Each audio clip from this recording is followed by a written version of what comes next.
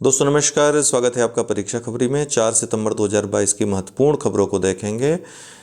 Paid courses UPPCS, RO, BEO आदि परीक्षाओं के लिए और जीएस सामान्य अध्ययन की विशेष तैयारी के लिए 2 अक्टूबर से स्टार्ट होंगे। इनरोलमेंट शुरू हो गया है। व्हाट्सअप नंबर 9453775039 पे संपर्क करके जुड़ सकते हैं। लास्ट में भी आपको व्हाट्सअप नंबर दे देंगे। डेली ये वीडियोस देखिए। रिवीजन करने के लिए आपको प्लेलिस्ट बना दी है। आप प्लेलिस्ट जा कर के जो वीडियोस हैं इसके पुराने वाले देख सकते हैं। छोटे छोटे वीडियोस रहते हैं, काम की बातें होती हैं। फालतू बातों के लिए न तो आपके पास समय है, ना हमारे पास है, ना होना चाहिए। तो इसलिए और पीडीएफ भी नीचे डिस्क्रिप्शन बॉक्स में लिंक दिया हुआ है टेलीग्राम ग्रुप का, आप लोग वहाँ पर जा कर के प्राप्त कर सकते हैं।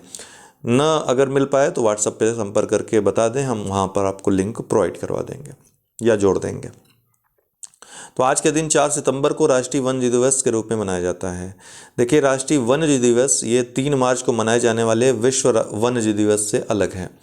तो 3 मार्च को हम विश्व वन्य जीव दिवस के रूप में मनाते हैं और 4 सितंबर को राष्ट्रीय वन्य जीव दिवस के रूप में मनाते हैं। अपना वन्य जीव दिवस कब है? 4 सितंबर को। 2006 से या इसके बाद से ही यह दिवस मनाने की शुरुआत हुई थी। इसके साथ ही ध्यान रखिए कि भारत में वन्य जीवों की सुरक्षा के लिए, रक्षा के लिए वन्य जीव संरक्षण अधिनियम 1972 में लाया गया। इस एक्ट के तहत ही राष्ट्रीय वन्य जीव बोर्ड की स्थापना हुई 2003 में। इसके अध्यक्ष प्रधानमंत्री होते हैं, ध्यान रखिएगा। राष्ट्रीय वन्य जीव बोर्ड के अध्यक्ष कौन होते हैं? प्रधानमंत्री होते हैं स्वयं। इसके अलावा भारतीय वन्य जीव संस्थान की भी स्थापना की गई है 1982 में। कहाँ पे? देहरादून में। तो ये सारे फैक्ट्स हैं जो आपकी परीक्षा में लगातार पूछे जाते हैं। नुआखाई वार्षिक फसलोत्सव है, कहाँ का? उड़ीसा का। तो वार्षिक फसलोत्सव है, नुआखाई नाम है, कहाँ का? उड़ीसा का। अभी हाल ही मनाया। जिज्ञासा 2.0, देखिए जिज्ञासा कार्यक्रम कुछ समय पहले शुरू किया गया था CSIR के द्वारा छात्रों और वैज्ञानिकों को कनेक्ट करने के लिए। क्यों कनेक्ट करने के लिए? ताकि छात्रों में रुचि पैदा की जा सके। वैज्ञानिक उन्हें एक रास्ता बताएं कि हाँ, इस रास्ते पे आप जा सकते हैं, इस रास्ते पे बहुत सारा स्कोप है। उनमें प्रोत्साहन हो कि हम भी इनके जैसा बने और नए नए वैज्ञानिक विचारों के बारे में उन पर कार्य करने के लिए। कभी कभी होता है कि आपको कुछ वैज्ञानिक ऐसी बात बता देते हैं जो आपके दिल में लग जाती है छात्र होने के नाते, यार आप उस पर काम करना शुरू कर देते हो। जैसे फॉर एग्जांपल किसी ने टाइम मशीन पे बात कर दिया, एक उदाहरण दे रहे हैं, और आपका टाइम मशीन पे फोकस हो गया। अरे टाइम मशीन आपके दिमाग में, दिल में चढ़ गया, फिर आप टाइम मशीन पे काम करना शुरू कर दोगे। ठीक, हो सकता है कि एक समय ऐसा है कि टाइम मशीन बना, हालांकि वो संभव नहीं है, लेकिन मैं एक बात कह रहा हूँ कि आपके दिमाग में आ जाए। वैज्ञानिक क्या होते हैं? आधे पागल होते हैं। जिस चीज़ के पीछे पड़ जाते हैं, कहीं ना कहीं अगर कोई थ्योरी, कोई फैक्ट मिल गया तो उसके पीछे वो पड़ जाते हैं। जब पीछे पड़ जाते हैं तो उसको अंततः खोद निकालने में ही उनका पूरा जीवन व्यतीत हो जाता है। पूरी उम्र चली जाती है लेकिन उनकी सनक नहीं जाती है।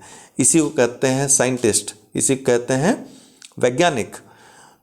तो वैज्ञानिक अनुसंधान करते करते फैराडे क्या था, 20 साल तक केवल एक कुंडली और एक चुंबक लेकर बैठा रहा, और जब उसने 20 साल में थक हार करके जो फेंका तो उसको आविष्कार मिल गया, उसकी खोज मिल गई। तो ये इस तरह की घटनाएं हो जाती हैं कि खोज किसी की कर रहे हैं और खोज कोई और हो गई, लेकिन वो भी उपयोगिता, उसकी भी उपयोगिता उतनी ही होती है, वो भी इतना ही ऐतिहासिक होता है। तो इस तरह से बातें करके, उनसे छात्रों को गाइड करके उनमें वैज्ञानिक प्रोत्साहन पैदा करना, विज्ञान को लेकर उत्साह पैदा करना, ताकि विज्ञान को लेकर आगे बढ़ें और नवोन्मेष और विज्ञान के क्षेत्र में कार्य करें, ताकि देश आगे बढ़े।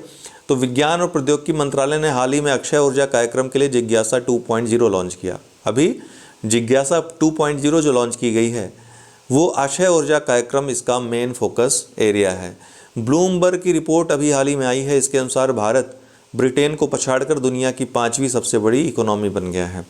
तो ये लगभग आप देखते होंगे हर तीसरे, चौथे महीने, 5वें महीने एक रिपोर्ट आती रहती है। तो अभी जो रिपोर्ट आई है, याद रखिएगा ये सितंबर चल रहा है, तो माह याद रखिएगा। सबसे मुख्य है कि ब्लूमबर्ग की रिपोर्ट के अनुसार भारत ब्रिटेन को पछाड़कर दुनिया की 5वीं सबसे बड़ी इकोनॉमी बन गया है, अर्थव्यवस्था बन गया है। पहले स्थान पे विश्व में USA है, दूसरे पे चीन है, तीसरे पे जापान है, चौथे पे जर्मनी है।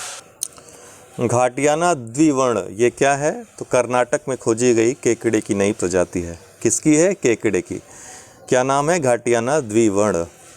कालिया, ये उड़ीसा सरकार की किसानों के लिए, उनको राहत पहुंचाने के लिए एक योजना शुरू की गई है। क्या नाम है? कालिया। अर्जेंटीना अभी हाल ही में क्यों चर्चा में है? क्योंकि 16 सितंबर को इंटरवेंशनल कार्डियोलॉजी के अंतर्राष्ट्रीय दिवस के रूप में मनाने की प्रस्ताव जो है इसने संयुक्त राष्ट्र महासभा में पेश किया है। इसके साथ ही एक फैक्ट और महत्वपूर्ण है कि भारत इसमें सह प्रायोजक बना, ठीक है, इसका साथी बना इसको पेश करने के लिए।